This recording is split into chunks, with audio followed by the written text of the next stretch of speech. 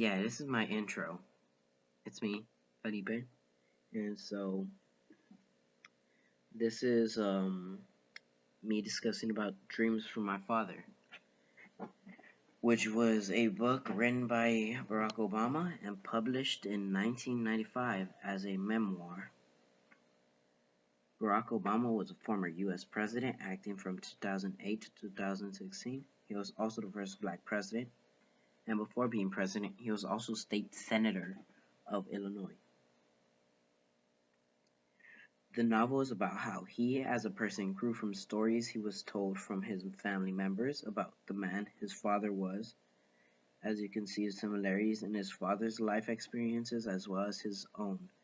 Due to him not seeing his father much as a child and his father's death around the time of him writing this memoir, he is listening to the stories and learns about his father's experience. He uses these knowledge gained to address the inequalities in his society.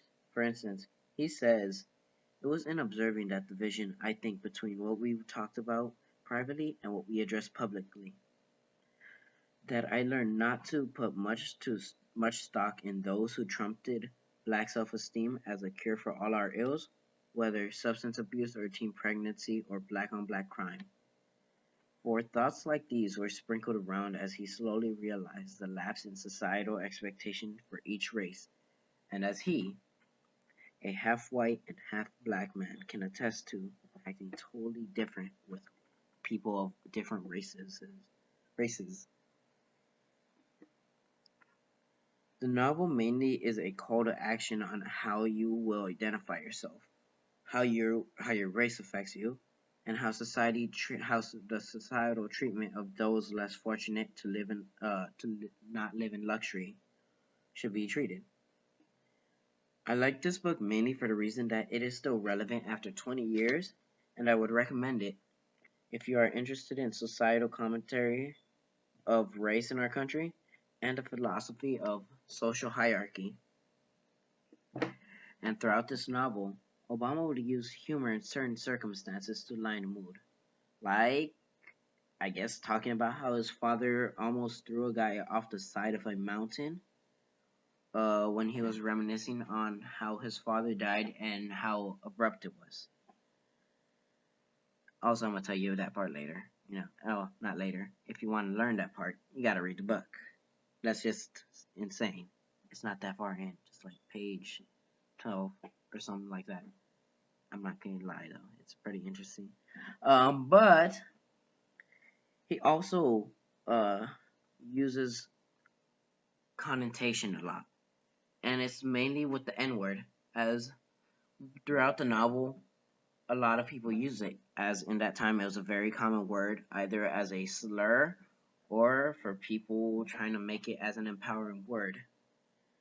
Um, However, throughout this connotation, depending on who uses it, changes its meaning. From one person using it, it becomes a nasty word in which people are considered less than what they are, dehumanizing them, or another word in another context where it's used to actually strengthen them and empower them to overcome what they were called before. And just the meaning, just the way he shows these changes, albeit subtle. Sometimes you will hear it in characters and reading the characters' uh, personality traits afterwards. It shows how it matters to them. And finally, Obama uses antithesis throughout his novel.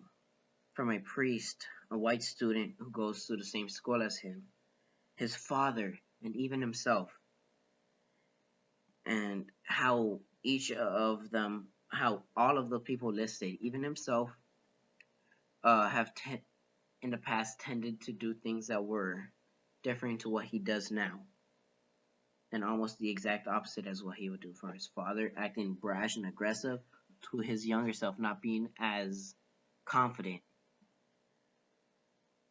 But that's about enough, I'm gonna say. In conclusion, the reason you should read this book is for its honest opinion of society. For 3 generations, from his grandfather, his father, and him. And each of those generations have their valid opinions, which you might agree with me, you might not.